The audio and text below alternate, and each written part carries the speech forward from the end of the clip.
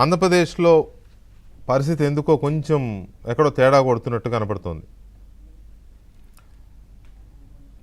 రాష్ట్రం అన్న తర్వాత, సమాజం అన్న తర్వాత అక్కడక్కడ అవాంఛనీయ ఘటనలు లేకపోతే అరాచకాలు ఇటువంటి జరుగుతూ ఉంటాయి. ఓకే, కానీ జగన్మోహన్ రెడ్డి ప్రభుత్వ హయాంలో జరిగినట్టు చెలరేగిపోయే రాక్షస మూకలైతే మంచిది కాదు సొసైటీకి. అలా భావించారు కాబట్టే ప్రజలు ఆ ప్రభుత్వానికి చరమగీతం పాడి కొత్త ప్రభుత్వాన్ని తెచ్చుకున్నారు. ఈ కొత్త ప్రభుత్వం ఏది సడన్గా ఆకాశం నుంచి ఊడిపడలా. చంద్రబాబు నాయుడు గారిని ఎన్నో దఫాలుగా చూసిన రాష్ట్ర ప్రజలు, తెలుగు ప్రజలు, ఆయనైతేనే ఈ రాష్ట్రానికి ఒక మంచి పాలన, ఒక అభివృద్ధి పాలన ఇస్తాడని తెచ్చుకున్నారు బ్రహ్మాండమైన మెజార్టీతో.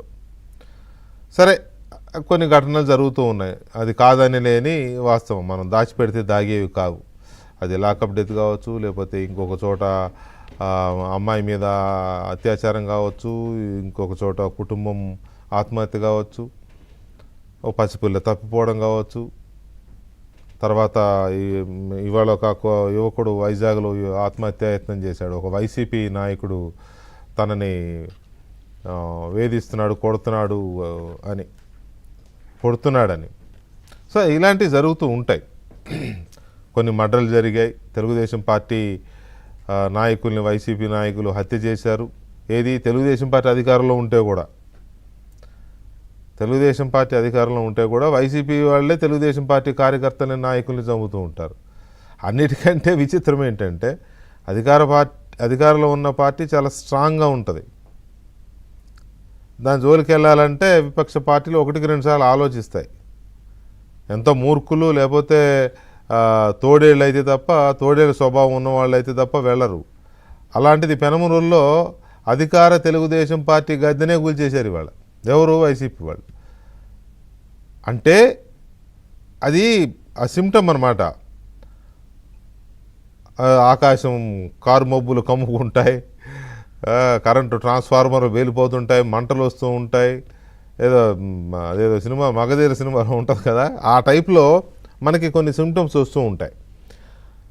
ఈ సిమ్టమ్ ఎందుకు నేను ఇది వాడాల్సి వస్తుందంటే, మళ్ళీ అరాచక శక్తులు అరాచకత్వాన్ని సృష్టించడానికి, ప్రజలపై విరుచుకుపడడానికి రెడీ అవుతుందేమో, ఆ శక్తులు రెడీ అవుతున్నాయేమో అనే ఒక అనుమానం కలుగుతోంది. ఇదేదో ఆషామాషిగా కలుగుతున్న అనుమానం కాదు. ఇప్పుడు నేను చెప్పిన జెండా గద్దెని కూల్చేసిన తీరు కానీ, లేకపోతే సాయి కృష్ణ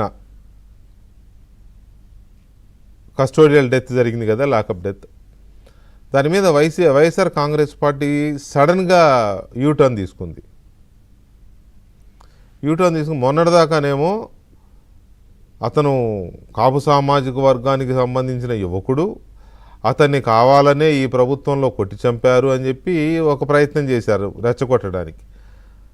అది కాపు ప్రజలు పట్టించుకోవాలి, ఆ సామాజిక వర్గం వాళ్ళు ఎవరు పట్టించుకోవాలి, వైసీపీలో ఉన్న లీడర్లు తప్ప. వాళ్ళకు కూడా ఇష్టం లేదు మాట్లాడడం. కానీ మరి ఏం చేస్తారు, జగన్మోహన్ రెడ్డి పదవులు ఓడిబీకేస్తాడు అనుకున్నారో ఏమో, మాట్లాడారు. తర్వాత ఏం తెలిసింది, వీళ్ళు ఎవరినైతే సిఐని చర్యలు తీసుకోవాలంటున్నారో ఆ సిఐ కూడా కాపు సామాజిక వర్గమే అని తెలియడంతో ఒక్కసారిగా అవాక్కయ్యారు. అవాక్కయ్యి ఒకరోజు షాక్లో ఉన్నారు. మరుసటి రోజు నుంచి ఎంతసేపు సిఐనే బలి చేస్తారా, ఎంతసేపు సిఐనే ఇది చేస్తారా, అసలు ముందు సిఐ సంగతి కాదు మిగతా పోలీసుల సంగతి చూడండి అని మొదలెట్టారు. పైగా అవతల వాళ్లే కుల రాజకీయం చేస్తున్నారు, అధికార కూటమి పార్టీలే, నా కూటమి నాయకులే కుల రాజకీయం చేస్తున్నారంటూ ఇదొక కొత్త పల్లవి. అంటే అయితే ఇటు లేకపోతే అటు చేయాల్సింది మాత్రం కుల రాజకీయం, రచ్చ రాజకీయం, ఇది తప్ప ఇంకోటి కనిపించట్లా. తర్వాత మాజీ మంత్రి గుడివాడ అమర్నాథ్ ఇవాళ కొన్ని స్టేట్మెంట్స్ చేశాడు ఆయన.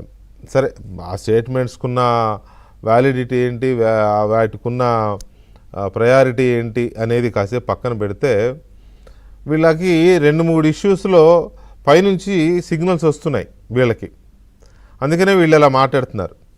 ఏంటి ఆ సిగ్నల్స్ అంటే, ఈ ప్రభుత్వానికి సగం కాలం అయిపోయింది కాబట్టి ఇంటర్వెల్ పడిందంట. మరి ఇంటర్వెల్ని ఎందుకు ఇస్తారు సహజంగా అంటే, మూలశంక తీర్చుకోవడానికి ఇస్తారు, బయటికి వెళ్ళి రావడానికి. మరి ఆయనకి ఇంటర్వెల్ ఎందుకు గుర్తొచ్చిందో నాకు తెలియదు, కానీ సెకండ్ హాఫ్ దద్దరిల్లిపోద్ది అన్నాడు. అక్కడ కొంత అనుమానంగా ఉంది. అంటే సెకండ్ హాఫ్ దద్దరిల్లిపోద్ది అంటే ఏం చేయాలనుకుంటున్నారు? కరెక్ట్గా ఆయన అనడము, అక్కడ పెనమలూరులోనేమో టీడీపీ పార్టీ జెండా గద్దెని కూల్చేయడము, ఇంకా కొన్ని ఏవో జరగబోతున్నట్టుగా అనిపిస్తోంది. అంటే వీళ్ళకేమన్నా సూచనలు వచ్చాయా జగన్మోహన్ రెడ్డికి దగ్గర నుంచి? మొన్నేమో కాపుల ఆత్మీయ సమావేశం పెట్టి కూర్చుని అక్కడ కొన్ని చర్చలు ఏవో చేశారు, ఏదో సంథింగ్ ఏదో చేయాలి మనం అని. ఇవాళేమో ఈయన ఇలా మాట్లాడుతున్నాడు. దద్దరిల్లేలాగా ఏం చేయాలనుకుంటున్నారు అనేది ఒక పాయింట్. రెండో పాయింట్,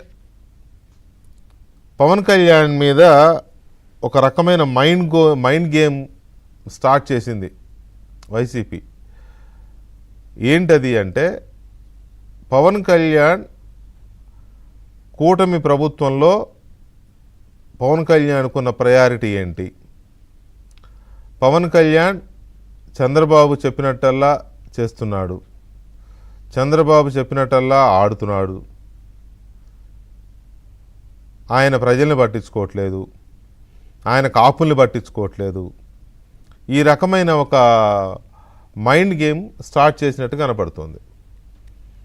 కావాలంటే ఒక సోషల్ మీడియాలో తిరుగుతున్న ఒక పోస్ట్ ఇప్పుడు మా వాళ్ళు చూపిస్తారు, చూడండి. అది ఎలా ఉంటుందంటే, పవన్ కళ్యాణ్ ఇక గీసేసిన అగ్గిపుల్ల అంట. వైసీపీ వాళ్ళు ట్రోల్ చేస్తున్న ఇది ఇవాళ నుంచే, నిన్న ఈవినింగ్ నుంచి మొదలుపెట్టినట్టున్నారు. పవన్ కళ్యాణ్ ఇక గీసేసిన అగ్గిపుల్ల. పవన్ కళ్యాణ్ వ్యాఖ్యలకు అసలు స్పందించవద్దు, వైసీపీ క్యాడర్కు నిర్దిష్టమైన ఆదేశాలు. మరి స్పందించవద్దనే ఆదేశాలు ఇస్తే మరి ఇదేంటి కార్యక్రమం? ఎందుకు పవన్ కళ్యాణ్ని టార్గెట్ చేస్తూ సోషల్ మీడియాలో ట్రోల్ చేస్తున్నారు? ఇక దీంట్లో విశ్లేషణ కూడానంట, పవన్ కళ్యాణ్ కాపులలోనే పరపతి కోల్పోయాడంట. మీకు కావాల్సింది అదే కదా, మరి మీరెందుకు బాధపడుతున్నారు?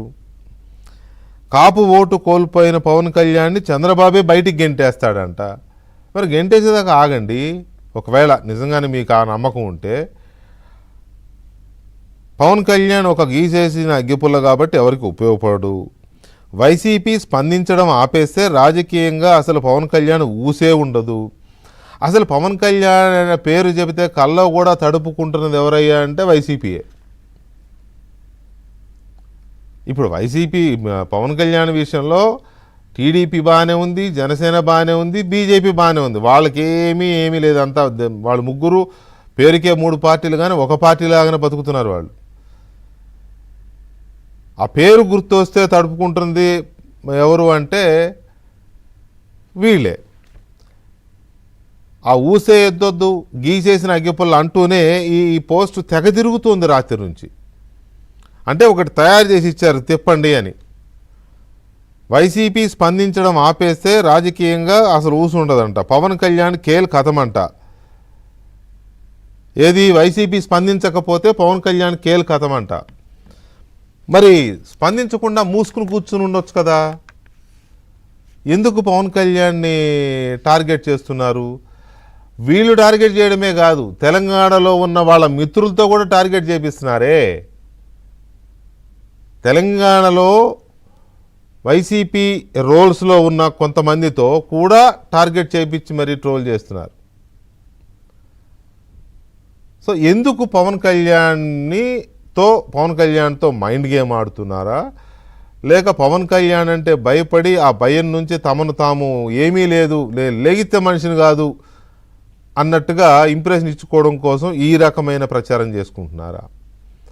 తర్వాత కూటమి ప్రభుత్వం పాలన సెకండ్ హాఫ్లో దద్దరిల్లిపోద్దని గుడివాడ అమర్నాథ్ ఎందుకన్నాడు?